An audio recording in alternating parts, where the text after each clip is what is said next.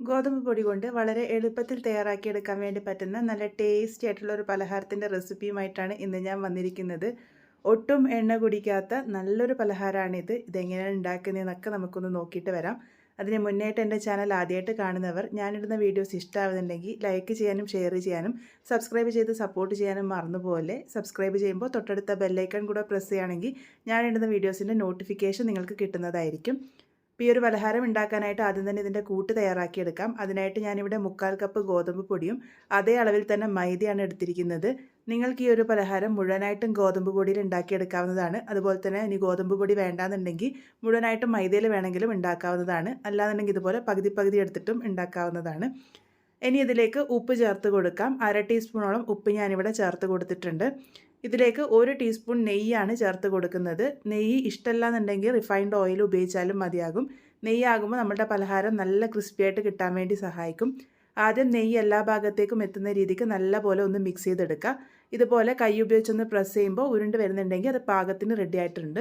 ഇനി ഇതിലേക്ക് വെള്ളം ഒഴിച്ചിട്ട് സാധാരണ ചപ്പാത്തി കൂട്ടൊക്കെ തയ്യാറാക്കുന്നത് പോലെ തന്നെ തയ്യാറാക്കിയെടുക്കാം. വെള്ളം എപ്പോഴും കുറച്ച് കുറച്ചായിട്ട് മാത്രം ചേർത്ത് കൊടുക്കുക.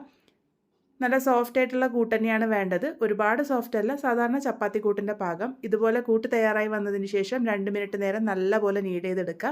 അപ്പോൾ നല്ല സോഫ്റ്റ് ആയിട്ടുള്ള കൂട്ട് നമുക്ക് റെഡിയാക്കി എടുക്കാൻ വേണ്ടി പറ്റും. അതായത് ഇതിപ്പോൾ പാകത്തിന് റെഡി ആയിട്ടുണ്ട്. ഈ ഒരു രീതിക്കാണ് നമ്മളുടെ കൂട്ട് ആവശ്യമായിട്ടുള്ളത്.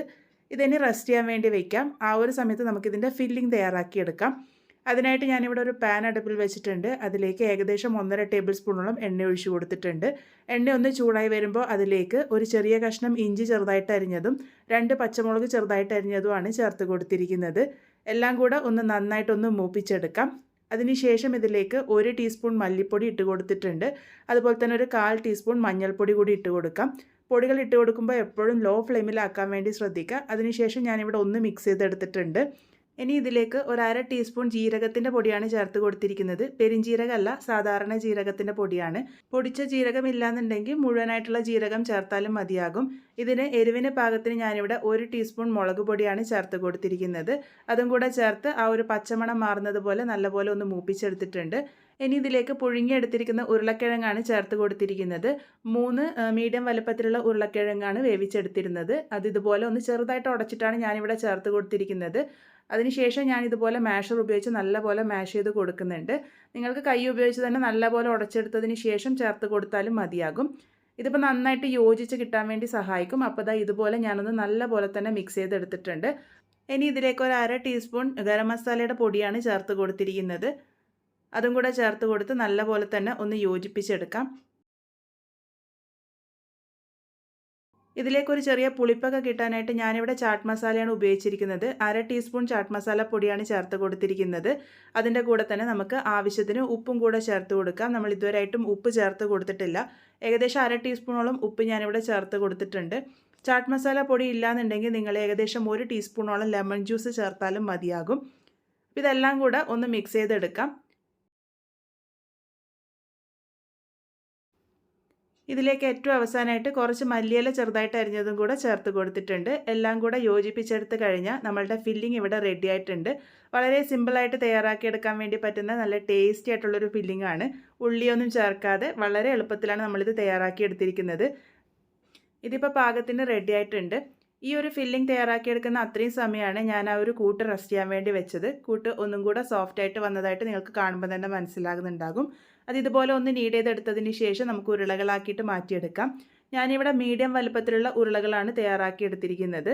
ഈ ഒരു വലുപ്പത്തിലുള്ള 6 ഉരുളകളാണ് എനിക്ക് കിട്ടിയിരിക്കുന്നത്. ഈ ഒരു വലുപ്പത്തിലുള്ള ഉരുളകൾ തന്നെ തയ്യാറാക്കി എടുക്കണമെന്നില്ല. നിങ്ങൾക്ക് എത്ര വലുപ്പത്തിലാണോ നിങ്ങളുടെ പലഹാരം വേണ്ടത് അതിനനുസരിച്ച് ഉണ്ടാക്കിയെടുത്താൽ മതി. ഇനി ഇതെങ്ങനെയാണ് സെറ്റ് ചെയ്തെടുക്കുന്നതെന്ന് നോക്കാം. ഒരു ഉരുള എടുത്തതിന് ശേഷം വീഡിയോയിൽ കാണിച്ചിരിക്കുന്നത് പോലെ ഒന്ന് പരത്തിയെടുക്കുക. അരികുകൾ നേർത്തിട്ടും നടുഭാഗം കുറച്ച് തടിപ്പിലായിട്ട് വേണം ഇതിങ്ങനെ ഷേപ്പ് ചെയ്തെടുക്കാൻ വേണ്ടിയിട്ട്. നമ്മൾ സാധാരണ കുഴക്കട്ടക്കൊക്കെ ചെയ്യുന്ന പോലെ തന്നെ അതിൻ്റെ സെൻറ്റർ ഭാഗത്തേക്കായിട്ട് ഫില്ലിംഗ് ഒരു ഉരുളയാക്കിയിട്ട് വെച്ച് കൊടുത്തിട്ടുണ്ട്. അതിനുശേഷം എല്ലാ ഭാഗവും എടുത്തിട്ട് നല്ല പോലെ തന്നെ സീൽ ചെയ്തെടുക്കുക. ആ ഒരു ഫില്ലിംഗ് അമർത്തി എല്ലാ ഭാഗവും ഒന്ന് യോജിപ്പിച്ചെടുത്താൽ മതി. അപ്പോൾ ഇതാ ഈ ഒരു രീതിക്ക് നല്ലപോലെ സീൽ ചെയ്തെടുത്തതിന് ശേഷം നടുഭാഗം എല്ലാം കൂടെ പിടിച്ച് ഒന്ന് ട്വിസ്റ്റ് ചെയ്ത് അമർത്തി വയ്ക്കുക. അതിനുശേഷം കയ്യിൽ വെച്ചിട്ട് തന്നെ ചെറുതായിട്ടൊന്ന് പരത്തിയെടുക്കുക. ആ ഒരു ഫില്ലിംഗ് എല്ലാ ഭാഗത്തേക്കും ഒരേപോലെ എത്തുന്ന രീതിക്ക് കൈ ഉപയോഗിച്ച് ചെറുതായിട്ടൊന്ന് പ്രസ് ചെയ്ത് കൊടുത്താൽ മതി. നല്ല സോഫ്റ്റ് ആയിട്ടുള്ള ഫില്ലിംഗ് ആയതുകൊണ്ട് തന്നെ ഈസി ആയിട്ട് അത് സ്പ്രെഡായിട്ട് വന്നോളും. ഈ ഒരു രീതിക്കാണ് ഇത് സെറ്റ് ചെയ്തെടുക്കുന്നത്. ഇതുപോലെ എല്ലാം ഞാൻ റെഡിയാക്കി എടുത്തിട്ടുണ്ട്. അതിനുശേഷം നമുക്കിത് ഫ്രൈ ചെയ്തെടുക്കാം. ഫ്രൈ ചെയ്തെടുക്കുമ്പോൾ ശ്രദ്ധിക്കാനുള്ളത് മീഡിയം ചൂടായിട്ടുള്ള എണ്ണയിലിട്ടിട്ട് വേണം ഇത് ഫ്രൈ ചെയ്തെടുക്കാൻ വേണ്ടിയിട്ട്. ഇതിപ്പോൾ കണ്ടില്ലേ, ഒരെണ്ണം ഇട്ട് കഴിഞ്ഞാൽ കുറച്ച് സമയം കഴിഞ്ഞിട്ടാണ് അതിൽ ബബിൾസ് വന്നു തുടങ്ങുന്നത്. ആ ഒരു ചൂടിലുള്ള എണ്ണയിൽ വേണം ഇതിട്ട് കൊടുക്കാൻ വേണ്ടിയിട്ട്. അപ്പോൾ ഞാൻ ഓരോന്നായിട്ട് ഇട്ട് കൊടുത്തിട്ടുണ്ട്.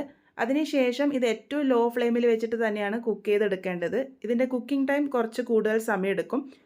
അപ്പോൾ ഇതുപോലെ ഇട്ട് കൊടുക്കുക. അതിനുശേഷം ഇത് അനക്കാനൊന്നും നിൽക്കണ്ട, ലോ ഫ്ലെയിമിൽ വെച്ച് ഇതുപോലെ തന്നെ വെക്കുക. കുറച്ച് സമയം കഴിയുമ്പോൾ ഇതുപോലെ എണ്ണയുടെ മുകളിലേക്ക് അത് പൊങ്ങി വരും.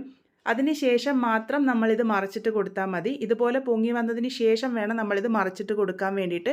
ഈ ഒരു സമയത്തൊക്കെ ഏറ്റവും ലോ ഫ്ലെയിമിലാണ് വെച്ചിരിക്കുന്നത്. ഞാനിപ്പോൾ ഇത് മറിച്ചിട്ട് കൊടുത്തിട്ടുണ്ട്.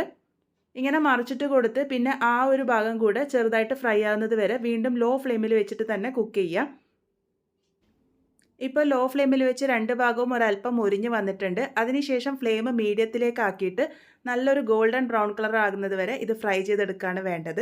ഇതുപോലെ ഫ്രൈ ചെയ്തെടുക്കാൻ വേണ്ടിയിട്ട് ഏകദേശം 10 മിനിറ്റ് സമയം വേണ്ടി വരും. അപ്പോൾ സ്ലോ ആയിട്ട് തന്നെ കുക്ക് ചെയ്തെടുക്കുക.